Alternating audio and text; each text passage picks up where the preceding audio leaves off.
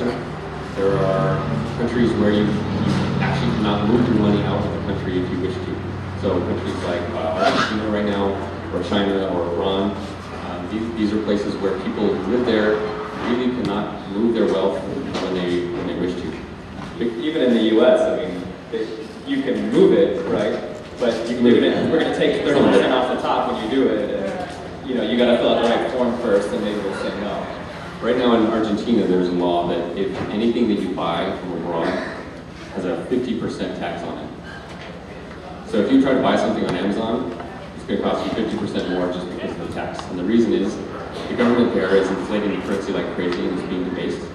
And so they do not want people to purchase products abroad in order to retain their wealth by buying gold or property or even cars somewhere else, anything that would retain value better than the Argentinian peso. Yeah, and in Argentina, it's not even just purchases. If you're trying to wire money to a business in Argentina, the government has a capital control law in place that basically says, okay, well, we're just going to take 30% of this, we're going to sit on it, investigate, and then we'll decide if you deserve, you know, the last 30%.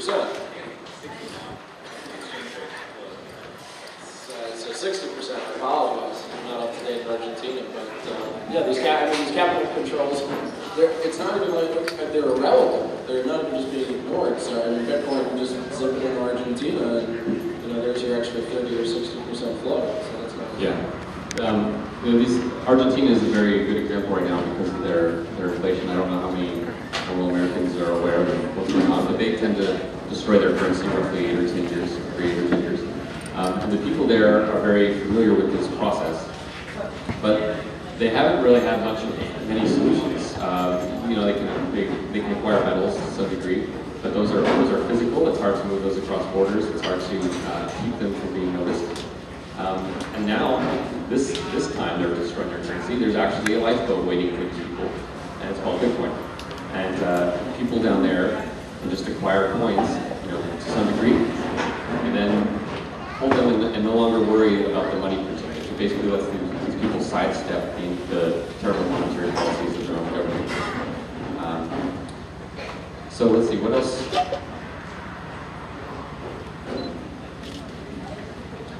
Someone brought up earlier when you were talking the example of the death tax. A lot of people have a serious problem with the idea that you pay your taxes all your life, and then you work to build up an inheritance for your children, to go to school, or to build a home and family for themselves. And then the government takes the tax again once you die. Wouldn't it be great if you could just take the money that you were going to donate to someone, put it into a hidden form that could not be confiscated, and would be invisible to the authorities, and then there's no longer a death tax. The whole thing becomes irrelevant. And I suppose it's just a matter of time until people start realizing that these tools exist. And it's moving obviously very quickly. You know, a year ago, half of the people at Corpfest were accepting Bitcoin and understood it. Now almost everyone does. But let's move out into the matter of free speech. You've all been watching this crazy stuff happening with Edward Snowden in Hong Kong, right? He's the whistleblower who basically revealed all this crazy NSA bullshit. And you know, if you want to help him out, you can't say PayPal, right? PayPal can freeze the funds. You can't pull that out of the bank or anything. But you can send him Bitcoin. And not only does he not need to know who you are, so if he got captured, he wouldn't reveal you because he doesn't even know who you are if you sent him money.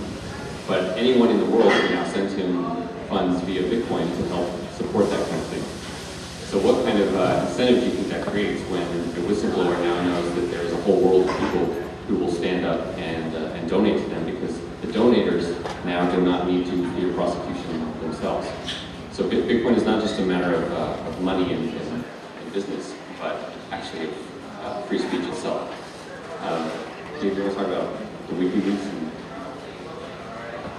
I don't know if I have too many unique thoughts on